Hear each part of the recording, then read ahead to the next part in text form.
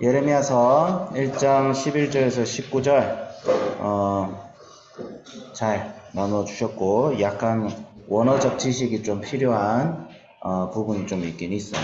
그래서 이제 차근차근 자세히 설명하는데 되도록이면 말씀을 항상 한 장 단위로 연구를 하는 것이 가장 좋습니다. 왜냐하면 말씀은 문맥을 살펴서 읽어야 되는데 어쨌든 고대 이 성경의 원본이 있었던 시절에 성경을 연구했던 사람들이 장과 절을 나눈 것엔 다 이유가 있어요. 그래서 장과 절은 성경의 원저자들이 쓴 게 아니라 이제 고대 로마 시대 때 성경을 연구했던 사람들이 장과 절로 이 성경 말씀을 나눈 거예요. 그래서 장과 절이 절대적인 거라고 할 수 없고 실제로 말씀을 연구하다 보면 한 절도 이게 한 절이 아니고 두 절이었으면 좋겠다 이렇게 해석을 할 수 있는 경우도 가끔은 있지만 그래도 장 단위로 1장 주제, 2장 주제 이렇게 장 단위로 분석을 하는 것이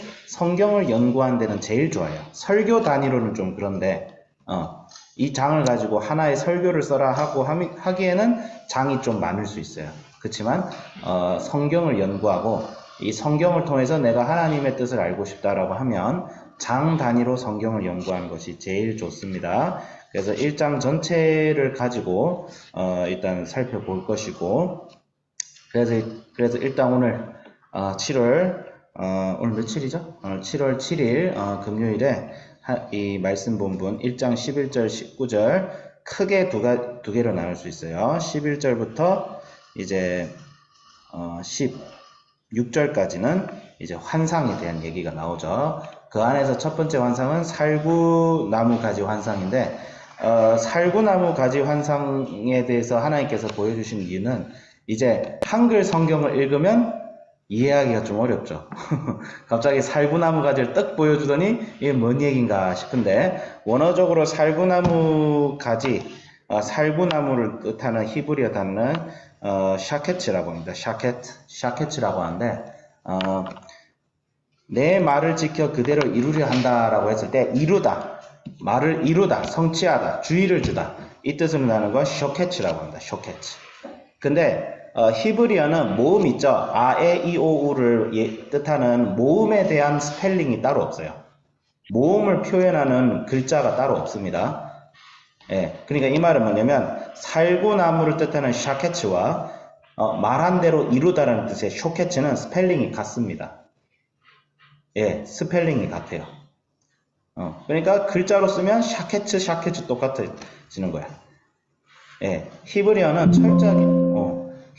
철저하게 문맥으로 단어를 분석해야 되는 그런 글자예요. 물론 나중에 지금의 히브리어 성경 원어를 보면 거기에 모음 표시가 돼 있어요. 지금 현대 히브리어는 모음을 뭘로 하냐면 점으로 표시해요. 점 몇 개를 글자 밑이나 위에 찍어가지고 얘는 아 소리를 나고 얘는 에 소리를 낸다. 이렇게 히브리어 성경에 그렇게 모음 표시가 나중에는 되어 있어요. 나중에는 이게 뭐 역사가 길은 한 11세기 이후부터 지금으로부터 1000년 전부터 히브리어 성경에 모음을 표시하기 시작했지. 히브리어 성경 아주 옛날 거, 뭐 2000년 전에 나왔던 히브리어 성경을 보면 모음 표시가 거의 되어 있지 않습니다. 예, 모음 표시가 안 돼 있어요. 예, 그래서 굉장히 이제 연구하시는 분들 힘들죠. 예, 이 당시 히브리 사람들은 그게 익숙했어요. 모음 없이 글자를 아는 것이 굉장히 익숙했는데 지금 사람들 보면 힘들 수 있겠죠. 중요한 것은 이것을 통해서 무엇을 얘기하신다? 하나님께서는 반드시 말씀대로 이루시는 분이다. 이거를 살구나무 가지를 주셔서 언어적 유희를 통해서 하나님께서 알게 하셨죠. 예. 그래서 항상 예레미야는 살구나무 가지를 볼 때마다 뭘 기억하는 거예요? 하나님께서 말씀대로 하신다는 것을 예레미야는 알았겠죠. 예. 그렇죠. 그런 것 같고 끓는 가마 환상은 뭐예요? 북쪽에서 가마가 남쪽으로 쏟아져 내려오는 환상을 또 봅니다. 이걸 통해서 하나님께서 무엇을 얘기하시죠? 유다의 재앙이 있을 것이다. 유다의 재앙이 있는 이유가 뭐예요?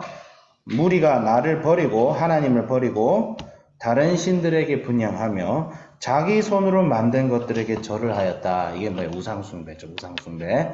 하나님께서 이스라엘을, 유다를 치신 이유는 우상숭배예요. 우상숭배.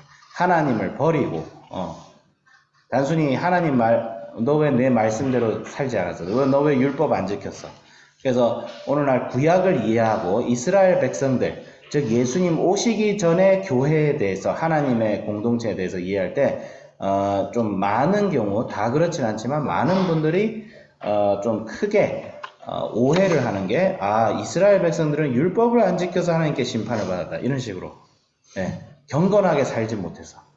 이스라엘 백성들은 우리하고 사실 같습니다. 은혜로 구원을 받았어요. 그 증거가 뭐냐면, 그 증거가 바로 제사예요. 경건하게 사는 사람들, 하나님의 율법을 완전하게 지키는 사람들은 제사가 필요 없습니다. 제사가 뭐예요? 죄를 지어서 이 죄를 대신에 짐승의 피를 잡는 거예요. 이스라엘 백성들은 짐승의 피를 항상 잡았어요. 그게 뭐예요? 주님이 주신 이 거룩한 말씀대로 내가 살지 못함을 고백하고 주님께 회개하고 그 피값으로 짐승의 피를 대신 지불하는 게 제사예요. 이스라엘 백성들이 하나님의 백성이 되었던 것은 이스라엘의 율법을 잘 지키는 백성이 아니라 하나님께서 이스라엘을 먼저 택하시고 그들의 죄를 먼저 사하셨기 때문이죠. 그리고 이스라엘 백성들은 하나님께서 나의 죄를 사하셨다는 것을 감사하며 그것을 기념하고, 하나님께서 장차 크게 우리 민족을 구원할 것이라는 것을 기념하기 위해서 제사를 지냈던 거예요. 어린 양의 피를 바치고, 그리고 그 어린 양, 실제 우리를 위하여 죄를 짊어지고 가시는 그 어린 양이 실제로 이스라엘 백성들에게 예고하듯이 나타나셨죠. 그분이 바로 예수 그리스도죠. 그래서 오실 예수 그리스도를 믿고 오실 예수 그리스도의 은혜에 의지해서 이스라엘 백성들이 살았는데, 지금 문제는 뭐냐면 오실 예수 그리스도를 이들이 버린 거예요. 오늘날 지금 이 이스라엘 백성들이랑 우상 숭배를 오늘날 굳이 표현을 하자면, 교회가 갑자기 미쳐 돌아가지고 신사 참배하고, 저기 중국 교회 같은 경우는 이제 십자가 빼고 뭐 걸어놔요? 시진핑 초상화 걸어두고 예수님을 믿지 말고 시진핑을 믿어야 됩니다, 이 소리하고 똑같은 거예요. 예수님만 믿지 말고 시진핑도 믿읍시다. 오늘날 또 뭐가 있어요? 예수님만으로 구원받지 않습니다, 이거 하고. 또 예수님이 우리의 구세주입니다 라고 주장을 하면서도 뭐예요? 예수님이 없어요. 말씀을 선포하는 자리에, 삶의 자리에 예수님하고 아무 상관없이 사는 거예요.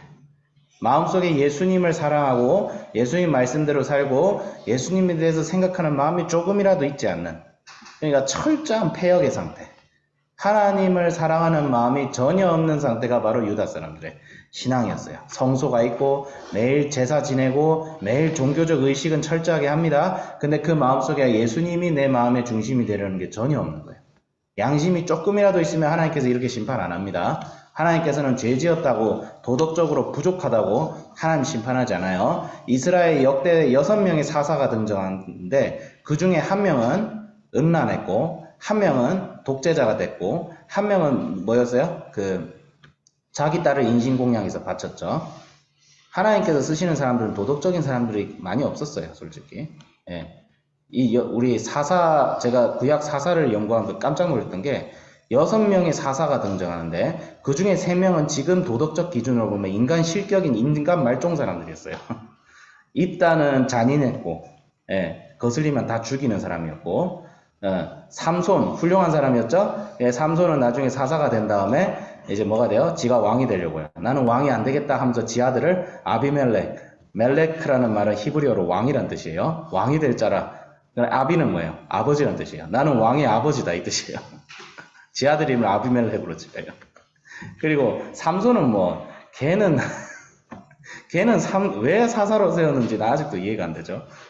하나님께서는 그래도 부족한 자도 세웁니다. 근데 유다 사람들은 이제 그런 것도 없는 거예요. 완전히 패역해가지고 하나님을 완전히 버리는 거예요.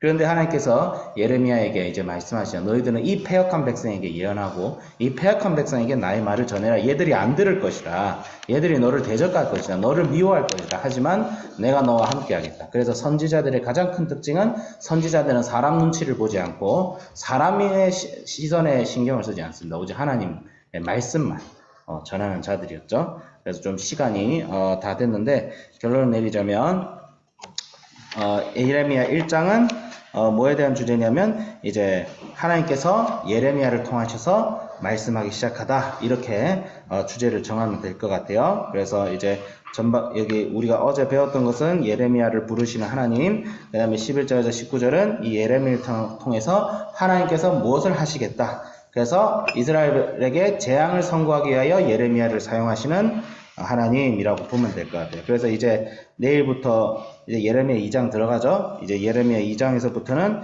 이제 이스라엘 백성들이 얼마나 패역했는지에 대해서 나오는데, 우리가 중요한 것은 이 말씀을 통해서 말씀 자체가 무엇을 얘기하는지를 먼저 보고, 그 다음에 살구나무까지 환상도 보면 알겠지만, 때로는 어쩌다가 우리가 성경 외의 자료들이 필요할 때가 있긴 있어요. 원어적 지식이 우리가 없을 수도 있고. 그런데 김남주 목사님께서도 자주 얘기하시지만 말씀 자체를 먼저 봐야 돼요.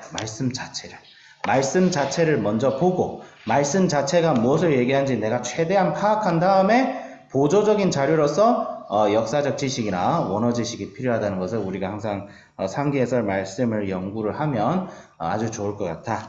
그래서 우리도 당시 예레미야 때 살았던 시대처럼 패역한 시대는 아닐 수도 있어요. 사실 예레미야가 살았던 시대에 비하면 한국 교회는 좀 그래도 낫긴 하지만 그래도 항상 위기감을 가지고 내가 하나님을 사랑하고 있는가, 내 마음속에 중심이 예수님이 계시는가를 항상 점검하면서 살아야겠다라고 적용을 했습니다. 기도하겠습니다. 하나님 아버지 주여 감사드립니다.